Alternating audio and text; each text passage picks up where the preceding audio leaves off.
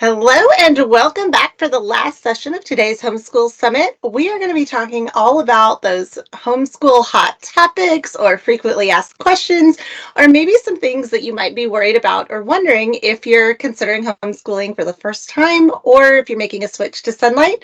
So I've got Jen with me today. We'll start with an introduction since you have not met her yet. Jen, why don't you tell everyone a little bit more about yourself? Hi, I'm Jen. I'm a veteran homeschool mom. I used Sonlight for over 20 years with all four of my kids who now are big. And we loved every moment of it. And I love to talk about Sonlight with people who are considering homeschooling. Well, thank you so much for being here. If this is your first session today, had them all day long talking all about homeschooling and what homeschooling with Sonlight is like. So you've probably already met me. But if not, I am Sunny. I'm Sonlight's community and social media manager, and I'm also a Sonlight mom. My kids are currently finishing up 9th and 4th grades, and we've been doing it since the beginning. So I say that I homeschooled since my daughter was in preschool and my son since he was born, because he was right there along for the ride with us. And so these questions that we're going to be answering today are ones that we hear a lot from people when they first start homeschooling. I definitely had some of these questions myself. Sometimes I still do. So we are going to be answering those for you and hopefully providing you with a little more assurance, because we have been doing this for several years, and now we're starting to see the other side of that. Like Jen mentioned, she has grown children that are out in the world and productive humans, and so she knows it works. So let's jump right in and start talking about what types of questions we'll answer, and then we'll go back and answer all of them in detail for you. So the first one you might be wondering is, did I choose the right curriculum? Or maybe you haven't made that decision yet and you're scared you're going to choose the wrong curriculum. So did I choose the right one? How do I choose the right one? And how do I know it's the right curriculum for me, my children, my family? And we'll go into more detail again and reassure you on how to know if you've made the right decision there. What other questions do people have, Jen? How about how do I teach multiple children in multiple levels at one time? That's something that Absolutely. you and I have both faced. And it's kind of, I mean, there's more than one answer. So we will get to that one. Absolutely. Yeah. And then the dreaded socialization question that either you've thought of or somebody has asked you if you've told them you're considering homeschooling is, will your kids develop social skills? How do you do that if they're at home with you? And I think really what people are asking is my child going to be normal and fit into society? So we will explain in greater detail how you go about socializing and what your goals should be when it comes to socializing your homeschooled kids. What else? How about, can I teach this child what they need to know? Will I ruin my kid if we homeschool? And the answer is no, you will not ruin your kid. But we'll talk about it in more depth. Absolutely, Jen is completely right. Yeah, we have answers for all of these just immediately. I know they all bring to mind exactly what I would say, but yeah, we will give you more detail and assurance on that. Then also, what are the benefits to homeschooling? Maybe you are considering it because you've heard there's a lot of benefits, but you don't even know what they all are or if they're important to you and your family. So we will dive into that as well. And what about our final question, Jen, which you and I also love to talk about this. We've done this before. Can I work and homeschool? Yes, you can. It just takes a little extra juggling. Absolutely. And that was one that I wanted to wrap up with, because I think we are seeing this more and more. Grandparents, dads, moms, everybody homeschooling, but also working and wondering if they're able to do both. And so, yeah, we will wrap up with that topic as well. So let's go back to that first question that we brought up, about the curriculum. How do we know if we chose the right curriculum, or if we're still making some of those decisions? What should we be looking for in our curriculum choices? It depends on what your priorities are, I would say. Um, First of all, there is no perfect or exactly right curriculum. It doesn't exist. So you don't have to have a big fear of what you're missing out on. Once you've chosen one, that you're, how do you say that? Choosing one thing is choosing to not choose everything else. And that is okay. There's no perfect curriculum. How do I know if I chose the right one? I knew Sonlight was right for me because I wanted to read with my kids. I wanted to prioritize like mapping and math and writing and reading. And it had all of that. Plus, some of the books, when I very first looked at Sonlight at a small little convention, some of the books were already known to us. They were already books that we loved. So I thought, well, if they've selected those books, then probably all those other books are also great. And they have been. Yeah, I absolutely agree with Jen. And I think it's important to know that you might choose a curriculum that you don't fall in love with, but that doesn't mean you're stuck with it. I think sometimes people are worried about having the right curriculum because they think, oh, I'm going to have to use this for the next 20 years. And what if it's horrible and I don't like it? Or my child doesn't learn from it or anything like that. So I would caution you not to worry too much about that because you can always make changes later. For me, when I was looking at curriculum, I did not expect to homeschool more than 1 or 2 years. I started with my daughter in preschool and thought I would put her in school for kindergarten. So at that point, I was looking for something we would enjoy that would be fun for us to do together. And I've always been a reader. I love to read. I remember as a little girl going to the library with my dad before I even could read and just being fascinated looking at all the books. And so for me, something where I could sit and read with my kids, which, I mean, if you know anything about child development, they always say read a lot to your kids. I was like, well, this seems great. I can read fun stories. And I mean, if you have looked at Sonlight's preschool program, you know it's beautiful, like classic children's literature that you start with.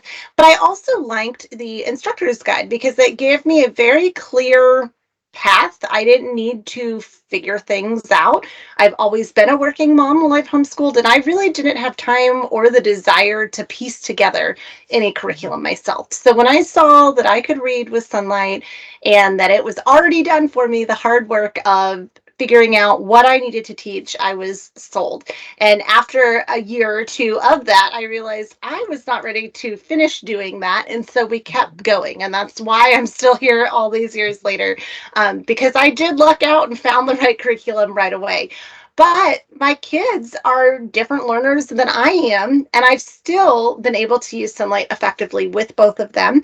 I have one child who's a strong reader and one who's not, but because of Sonlight and the literature-based format, it still works with all different kids, all different styles of learning. So that is something, if you're kind of on the fence about literature-based maybe because you have a child that either doesn't enjoy reading or struggles to read, it might still be a really good option for that student as well.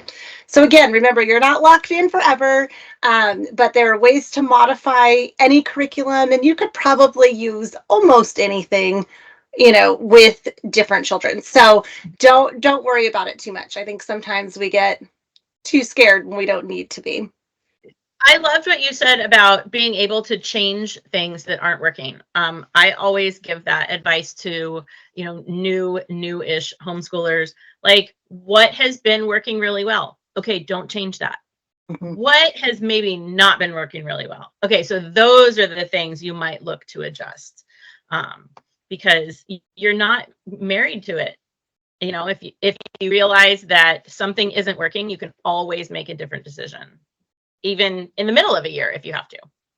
If you're struggling to know how to do that at any point, reach out to us in the Sonlight Connections app. We've talked about that today. But yeah, if you are not sure or you think something might be going wrong, we would love to help you troubleshoot those things as well. So like Jen said, you're not married to it, and you also don't have to do it alone. We will help you figure out how to make those modifications if you are newer to it and can't quite figure it out on your own. We will definitely help you out with that. Now let's talk about that common question that, with homeschoolers, sometimes people are only homeschooling one student. And so it might be a little easier to wrap your mind around ordering curriculum for that one student and teaching that one student. But if you've got siblings, even, younger non-school age siblings, like a toddler or a baby running around, or maybe you have 3 or 4 kids that are all school aged, but they're very far apart in age, or they're just not at the same level academically. What do you do, and how do you, stay on top of all of that kind of with your own one-room schoolhouse? How do you make sure that everybody gets the attention they need and you're able to teach all of those kids? Well, so you either combine them into one package or you don't. And the general advice is if they're within about 3 years, you can combine them. They'll be in an age range that fits for one history, Bible, literature. They're going to do their own math and language arts separately anyway. And so just combine them. That's so much easier. You read one set of Bible and one set of read alouds and one set of history, and like, great.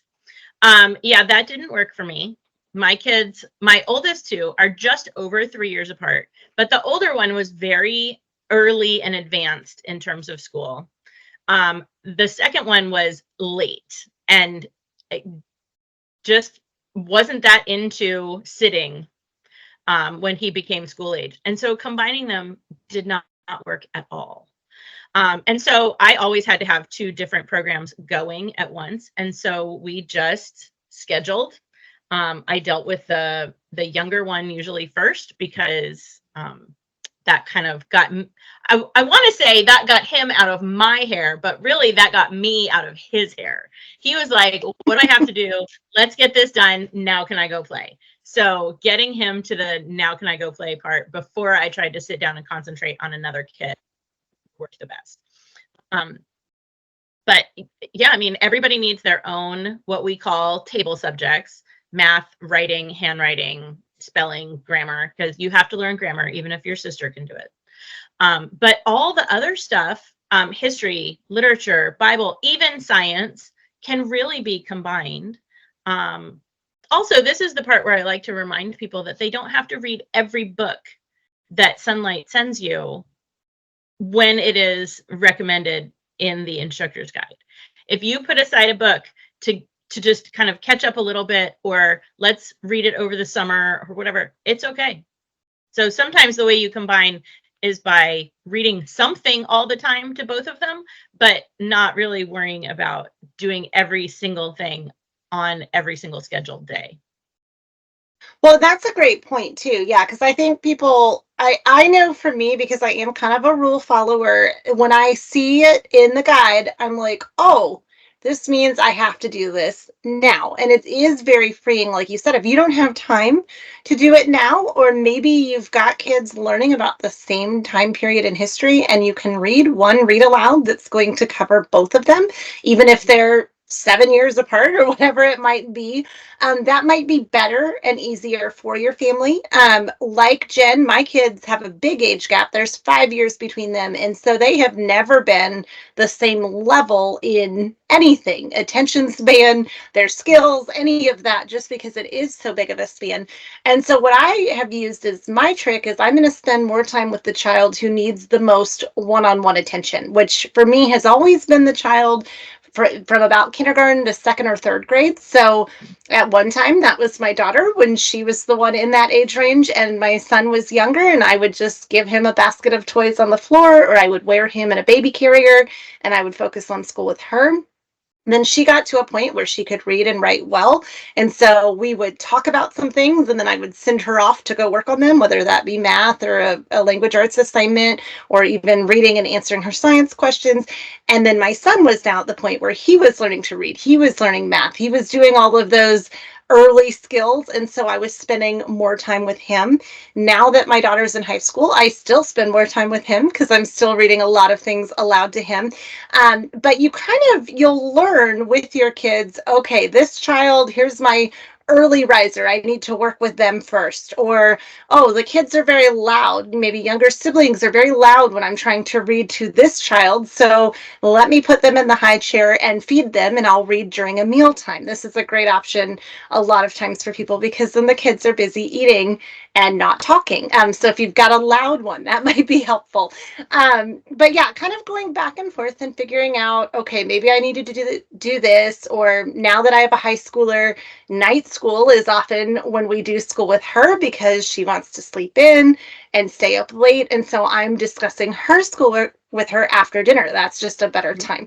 And so you'll learn as you do it. And as your kids get older, it's going to change. It will never be the same from year to year, but just like parenting all of your children and making sure that you're there for each of them, you can do school with each of them as well. So and something too that you mentioned, Jen, about you don't have to read every book when it's assigned. You don't even have to read every book. Sonlight is incredibly rich and full. Do not feel like you have to read every single book. Or I like to save some of the read alouds for the summer because I want to read books all the time. I don't just want to read them during the school year.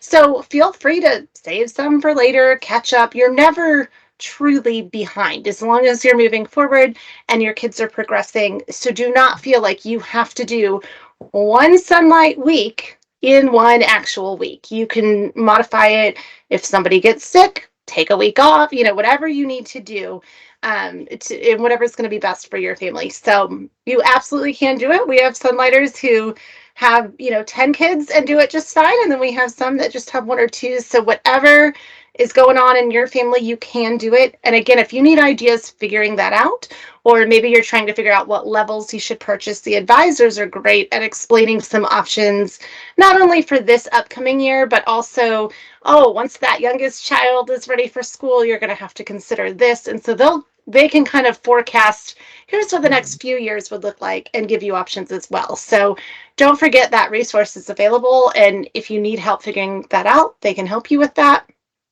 Let's talk about the socialization one. This is always a big one. Even after years of homeschooling, this is the one that I get asked most often, probably by strangers when they meet my kids just out and about. So the socialization question: how in the world does your child develop social skills if they're not going to school? What do you think? Well, they develop social skills by doing regular life.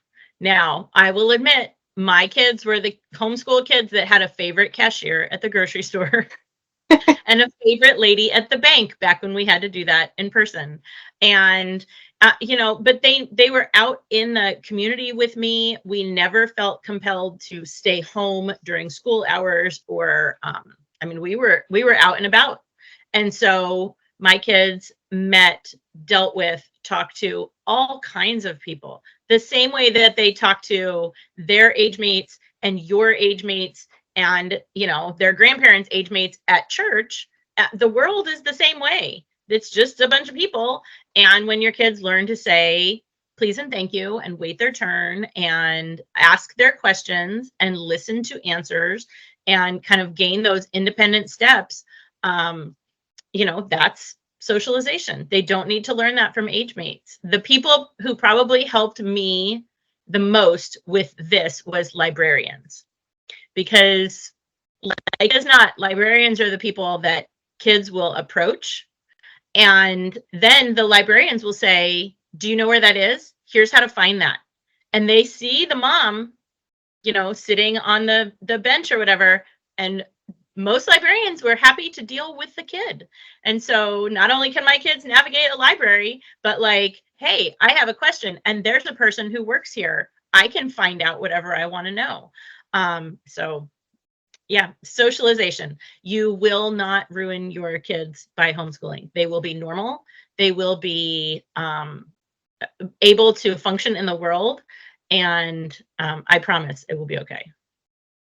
Yeah, absolutely. And I think, like what Jen said, normal life, it's always funny when somebody says, oh, well, how do you socialize them when they're having a conversation with them? And I'm like, well, you're talking to them right now.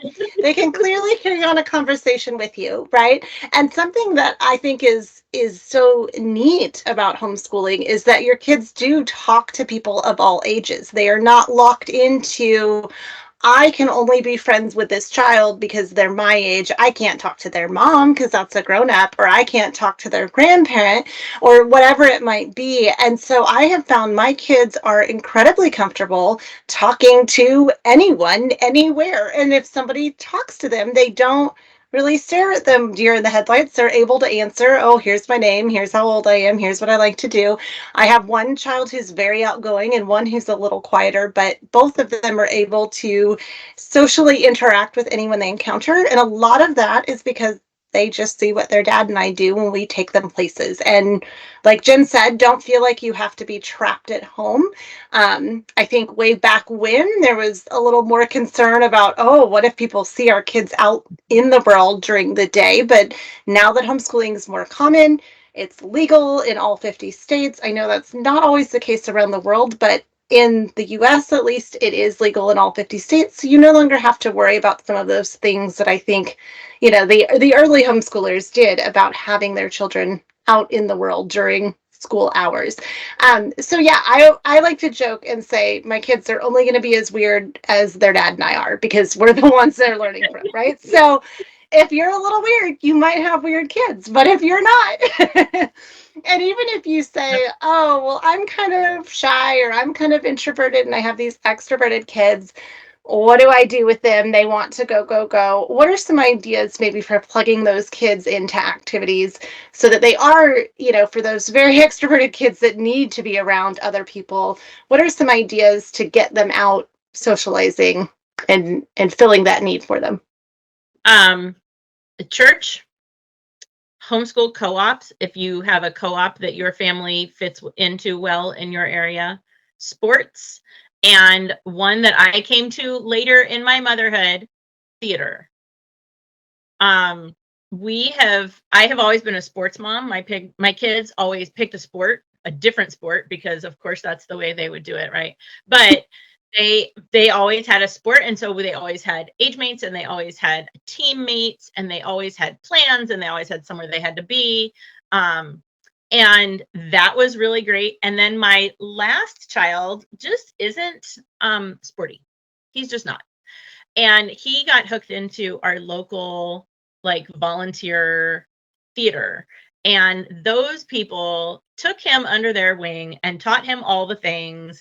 And we had kind of at the beginning thought, well, wouldn't it be great if there was a kids theater group?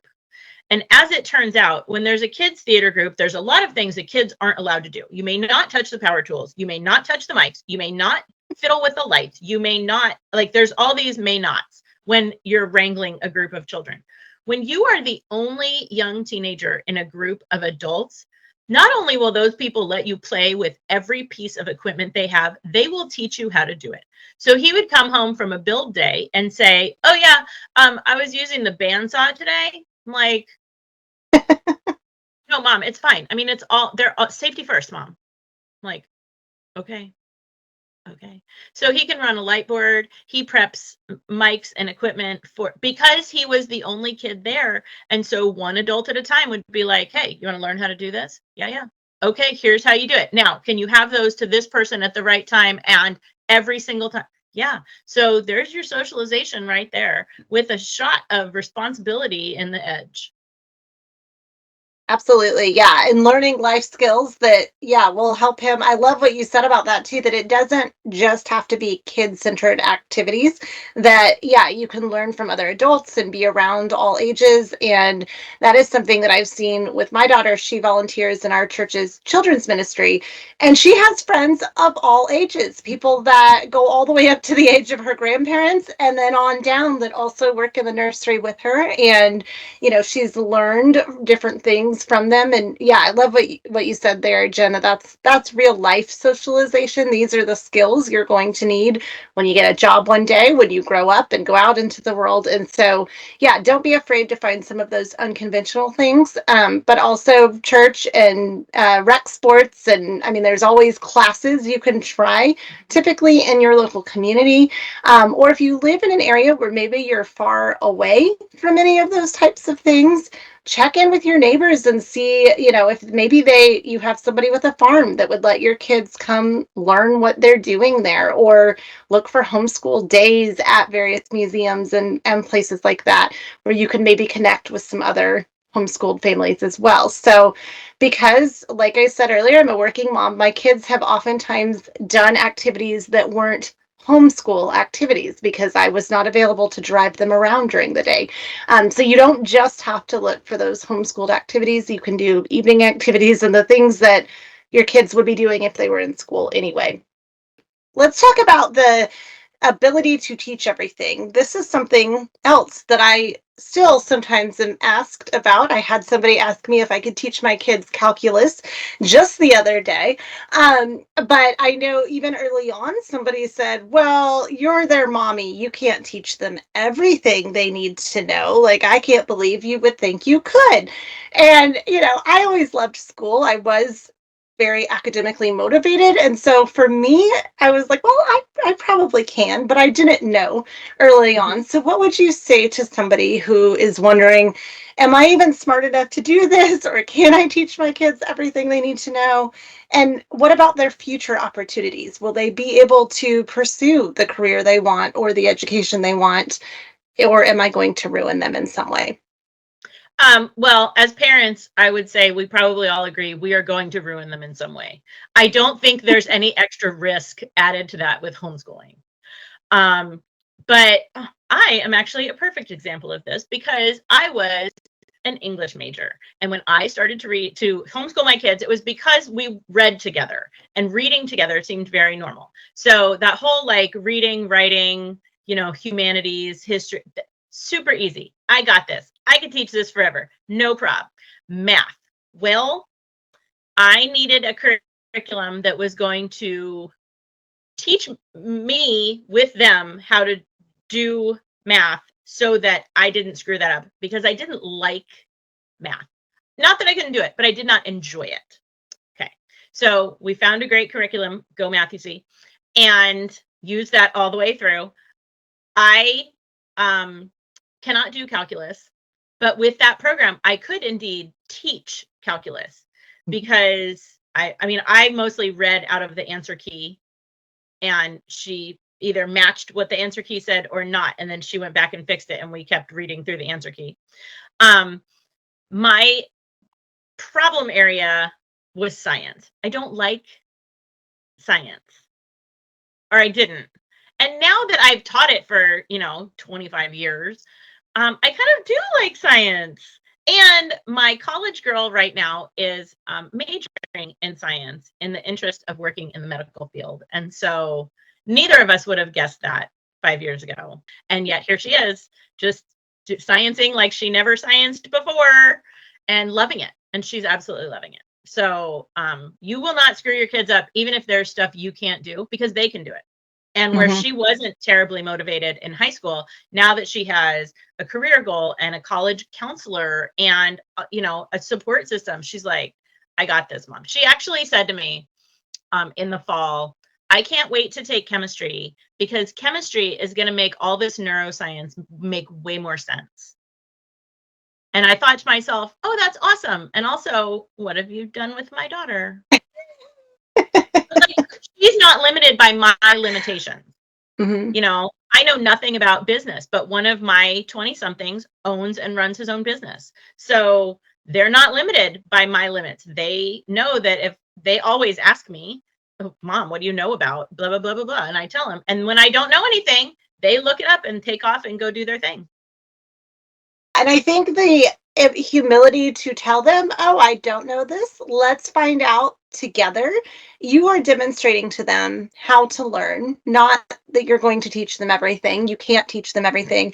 And I love the point that you brought up, Jen, that your interests may not even align with your kids. You may like totally different areas of study than they do. But when you homeschool, you're teaching them to be curious about the things they want to know about. And something that I love about it, there isn't a stigma that you might see in a traditional classroom setting where it's uncool to get really into whatever you want to learn about.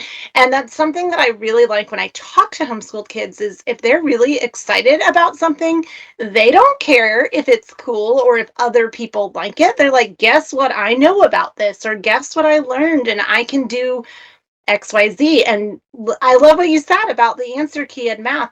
You don't have to know the subject inside and out to teach it if you have a solid curriculum with a good answer key.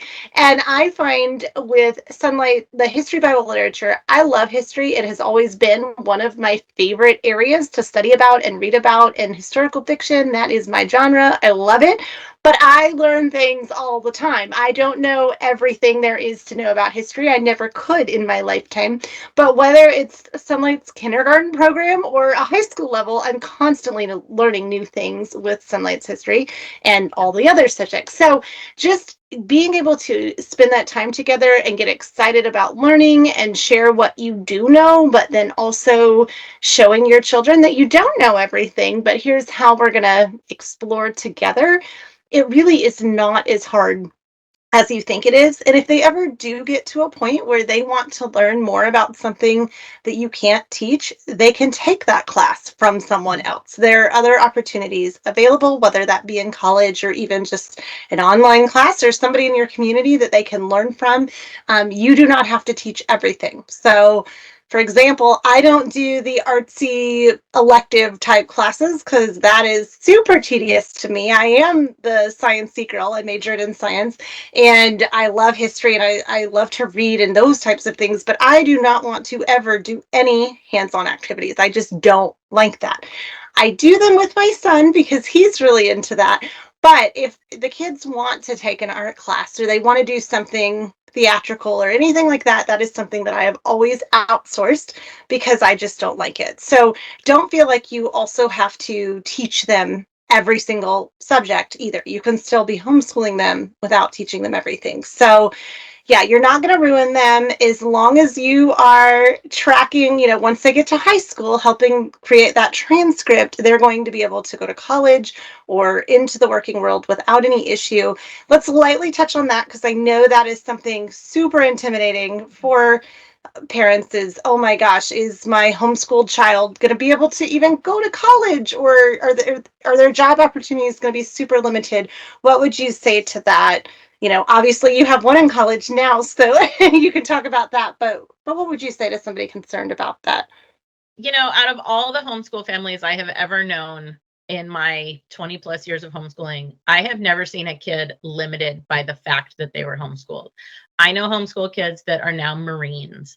I know homeschool kids that played NCAA ball. I know homeschool kids who got into the college of their choice or every college they applied to, or chose to go to the local community college and move forward from there. One of mine refused to go to college, thank you very much, and went straight into the workforce, and he is doing very well. There's no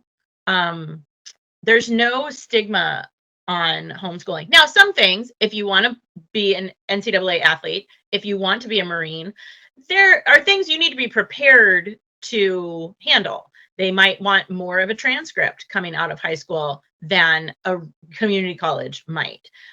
There may be things that you have to have the kind of paperwork for that those organizations require.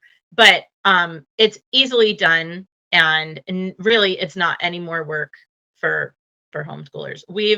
I've gotten 2 kids into colleges, and there was one extra form for one school that said, hey, if you have a homeschool diploma, also fill out this one form. And it was just very factual, nothing crazy, nothing we weren't already, ready to do anyway. So no, I don't find that it limits kids at all. If I thought it limited my kids, homeschooling them, I wouldn't still be I wouldn't have kept going. Mm-hmm. Absolutely. Yeah. And so that's something, yeah, that I very quickly saw after a year or two. Ooh, look at all the growth and the benefits that we're seeing from homeschooling. And if anything, I felt putting my child in school was actually going to hinder the growth that I was seeing homeschooling. So let's talk about some of those benefits that you hear about, or maybe you've heard lots of good things about homeschooling, including colleges wanting homeschoolers now or things like that. But what are some of the benefits and some of the reasons that you chose to homeschool, or that you've seen in your kids even now that they're grown? Well, you've already mentioned a couple of them. My kids can time manage for themselves. I know your daughter is in that teenage night owl stage. And so if she's like my teenagers, she gets her work done, but it's not between 9 and 5, and that's okay. And so, like, when I've had kids go to college and they're faced with deadlines, class schedules, office hours, like, they know how to time manage because they have not just been in school doing, the thing that everybody's doing. They've learned to do it themselves really early. A side benefit that I didn't really even think about until I was several years in, is that my kids learn to do all of the day-to-day things of keeping a house.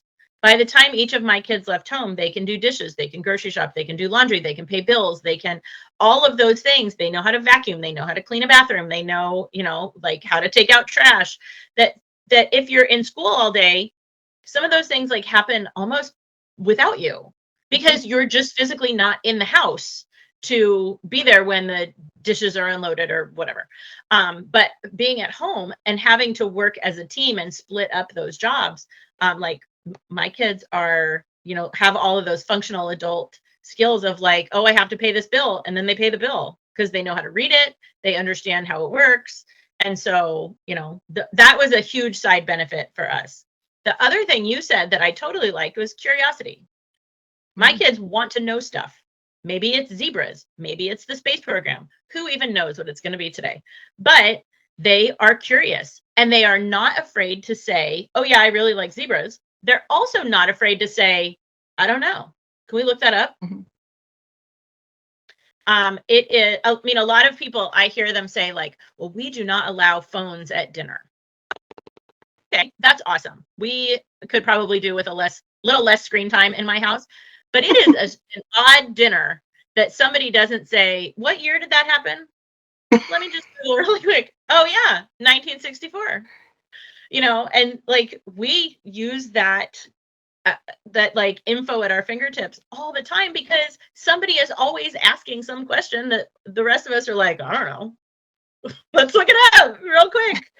So, the curiosity is the big one for Mhm. me. What do you think? I would say the confidence as well. Now my kids never went to school, so it's not like they had been in a bad school situation and pulled out. But I have Mhm. spoken to other people whose kids were dealing with intense bullying, or maybe they were struggling and not getting the academic support they needed in their IEP or something like that. My kids are both incredibly confident, and like you said, Jen, they're not scared to say, I don't know how to do this. It's, can you show me how to do this? Or what do you think about this? We have these great conversations where not only do they ask me to help them or show them how to do things, but they also want to know what I think about something. And they don't have any sort of hesitation or insecurity about, oh, I can't ask that, or I shouldn't say that, or oh, I'm not any good at this, because they really have not had the comparison of classmates to tell them that they're bad at anything or to pick on them for anything, or any of that. Of course, they've had social interactions with kids other places and they have experienced some of that, but I feel like it has been so minimal compared to what may have happened had they been in school. And so, my daughter, even through the teen years, which of course the teen years are, they're their own animal anyway. But even seeing her, she seems to be so much more confident and better adjusted than I was at the same age. The insecurities that I was dealing with being around other kids my own age all the time at school and trying to fit in and doing all the things that you try to do at that age. So yeah, to me that has been a huge benefit. Another thing was I was very concerned. My daughter is super communicative. She never stops talking, and I was concerned in school she would get in trouble for that. That was something that I saw happen to my sister. She was very outgoing and was in trouble all the time in kindergarten and first grade for being a disruption because she just had to talk to somebody. And I was worried about that with my daughter too, that I did not want her hating school or feeling like she didn't have a voice because she was being told to be quiet all the time. And so through homeschooling, we were able to have these conversations all the time, and she could tell me what she thought about things or didn't think about things. And so I've seen that really reflected as she's gotten older too, that she will tell you exactly what she thinks, but it's a well thought out. It's not like she's having to fight or, oh, maybe I shouldn't say that because I'm going to get in trouble. She's just very comfortable with it. So to me, that was huge. Once my son started learning to read, it was during the pandemic time, and I am fully convinced he would not be reading very well now had he been in school. He's my quieter child, and he was struggling to learn to read anyway. And I know a lot of students struggled in that time period as well because of online classes and all of that. And he needed a lot of one-on-one work and figuring out how to read. And so I, many times throughout his learning to read process, was like, oh, I'm so glad we homeschool because he is getting that attention and we know what he's struggling with and we can help him with those things that if he was in the back of a classroom not saying anything, would he be getting the help that he needed? And so, yeah, just little things like that. The longer we've done it, we keep seeing more and more benefits to it. I know the schools around us, a lot of my kids' friends have a lot of things that they're going through that are really hard. And there's a lot of, I don't know if dysfunction is the right word, but they've just seen and done some things and all of that that I feel it's really nice to have my kids in a safe environment where they feel comfortable coming to us with questions as opposed to going to their friends. And so, yeah, there's so many benefits. I mean, I always say there's probably 3,000 reasons I homeschool now. When I started, it was more like, oh, I can teach her in preschool. We were moving at the time, and I just didn't know where she would go to school. So it was like, I can do this. I knew I wanted to raise my kids in a Christian home, but I really did not have a strong moral reason like I know some people do because I thought it was temporary. And as I've seen these kids growing and knowing who they are and being confident in that and able to defend why they believe what they do and stand up to their friends, I am so glad. So glad that we kept them home and were able to do all of those things. I would also like to put in a plug for Wiggly Little Ones. Yes. If I had put my second child in school, he would have been in trouble all day for being crazy, for being wiggly. He could not sit still. He could not be quiet. He could not. Not at 5, not at 6, not at 7. By 10, he was like pretty chill, but probably hanging upside down in a tree. But in those early years, like he needed to move all the time, every moment. And instead of that being something you were in trouble for, it was something that we were able to work with, where like he he had me trained. We took a walk. We took like a 2-mile walk every morning before we did anything else. Because if I didn't, then I had to be stuck in the house with him wiggling. Where if I tired him out first, the day went a lot more smoothly. We had a rocking chair for him. We had like an exercise ball for him. We had, like all of these little tools that just made it okay for him to be the wiggly little boy he was. And now he's, in his 20s and he's a dad and he still can't sit still. He still wants to be doing something all the time. So it never would have really ended. And I was so glad in retrospect that he was allowed to be energetic and that wasn't seen as a negative thing because in his adult life, it's a very positive thing. Mm-hmm. That's so true. Yeah. So yeah, I think a lot of what we've said is the ability for your child to grow and be who they are without having limits placed on them because they have to sit still or they have to be quiet, right? You're in a classroom setting, you have to teach a group, but homeschooling is so personalized and individual to the child. And so, yeah, so many strengths, whether they be academic or physical, like that, being able to move around and do the things, or if you talk a lot or any of those things. And so, yeah, I truly believe that almost any student will benefit from being homeschooled just because the ratios are better, that you get to spend that one-on-one time with them. But also, no one loves your child more than you do, so that's important to remember too. Even the best well-meaning person in their life most likely does not love them as much as their own parent does, or grandparent, whoever, if you're the guardian raising them. And so I think that's something important to remember too, is that you love this child, you're going to do what you can to help them. And so dive in and try it. And again, you're not married to it. So if it isn't a great experience, that's okay too. You can always change that up later. Now let's talk about the final question. This is one of my favorite topics, to be honest, because I think a lot of people don't realize you can work and homeschool, but it's something that I've done the entire time I've homeschooled. I don't know what it's like to homeschool without working, and I know more and more people are starting to do this as well. So let's talk about that, Jen.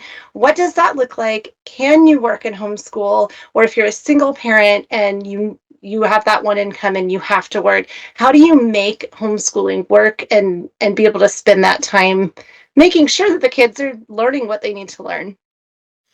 So I've done both of those things. I've worked and homeschooled. I've also homeschooled and not worked. I've homeschooled as a single mom. And so, how do you make it work? Well, you make it work. I always tell people that if you need like a lot of personal downtime, like if you want your workday to be over at 5 o'clock, this might not be for you, because it was not unusual for us, for me to be like up and drinking my coffee first thing in the morning, homeschooling with one kid, but then 10 o'clock at night, I've brushed my teeth, I'm in my pajamas, I'm like prepping for the next day, and somebody comes in with a math book or Eastern Hemisphere or, whatever it is. Mom, I have a question. I'm like, all right, sit down. Let's go. Because it just, to get in all of those work hours and all the homeschooling hours that each kid needs. And like you said, sometimes it's like a matter of take this stuff to your room, go do your work. And sometimes it's very one-on-one every moment. It takes all day. We homeschooled a lot of Saturdays. We homeschooled, especially rainy. If the weather was bad on a weekend, my kids understood that like one rainy Saturday was worth a weekday in June. And so, we fit things in everywhere we could. And it worked. It was successful. I feel really good about those years, but there was not a lot of mom's list is completely checked off for today days. That's very true. Yeah, you do have to, I think, plan what's important, right? What can I do? What can I not do? Something that I kind of look at it is I probably have 12 hours a day that I'm going to be busy, either working or homeschooling. Sometimes I am reading while one child is helping me make dinner, or I'm cooking while another child is reading to me. I mean, we do a lot of doubling up on things like that, so that we can get things done. Also, my husband cooks meals a lot too. We kind of alternate every other day, or, so it's not just me trying to do everything, because that would be impossible. Yep. But yeah, I think what you said about figuring out, okay, when am I free? Saturday might be your best school day if you work weekdays. For a time, I worked weekend overnight shift, so I had to come home and then sleep all day. And so I would wake up and start doing school in the evening with a child. And when they were really little, that did mean some screen time to keep them in the room with me, because I knew I could not stay awake after working a night shift. But then I went back to traditional hours, and it was okay, let me figure this out. When am I free? What can they do on their own? What do they need me for?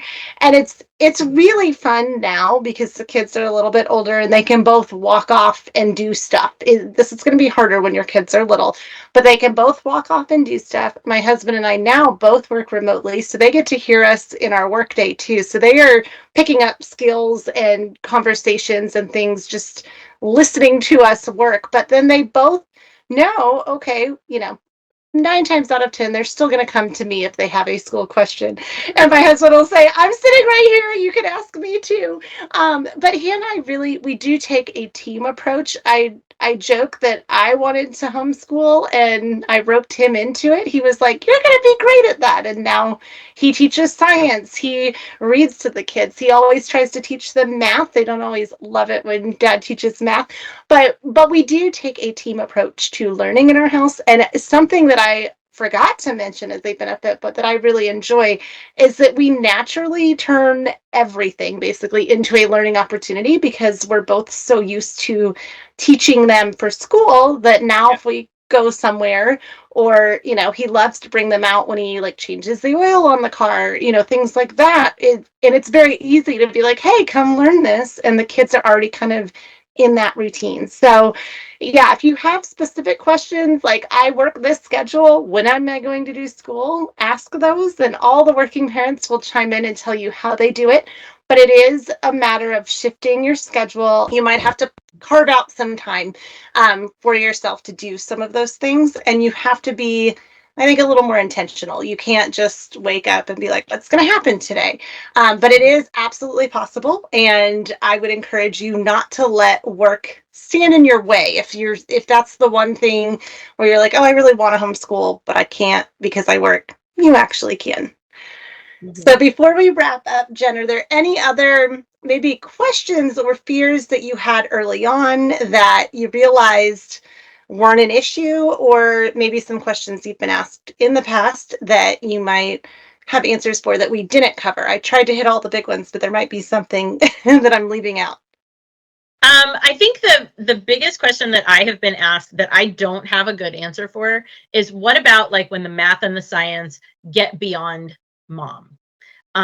We recently did HBLJ, and there's, in that spine of the history of science, like I could keep up with the ancient stuff. It makes sense. Okay, I gotcha. Following.